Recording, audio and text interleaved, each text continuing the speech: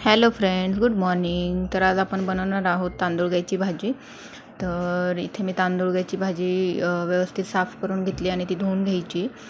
त्याच्यानंतर इथे मी 2 कांदे कट केलेले बारीक, त्याच्यानंतर मिरच्या घेतलेल्या आहेत आणि लसूण घेतलेलं आहे बारीक कट करून, आणि शेंगदाणे भाजून घेतलेले आहेत मी.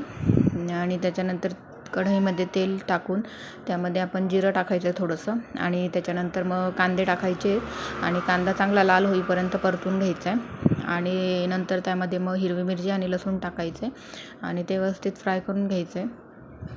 आणि चांगलं ते लाल झालं की त्यामध्ये मग आपण भाजी टाकून द्यायची.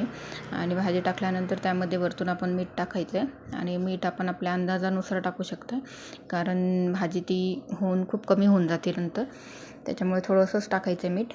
आणि 5 ते 10 मिनटं शिजवून द्यायची. आणि त्याच्यानंतर मग त्यामध्ये वरतून शेंगदाण्याचं कूट टाकायचं आहे. आणि अशा प्रकारे मस्त आपली अशी तांदूळग्याची भाजी रेडी झालेली आहे. तुम्ही नक्की रेसिपी घरी ट्राय करा आणि कमेंट करून मला नक्की सांगा कशी वाटली ते. थँक्यू.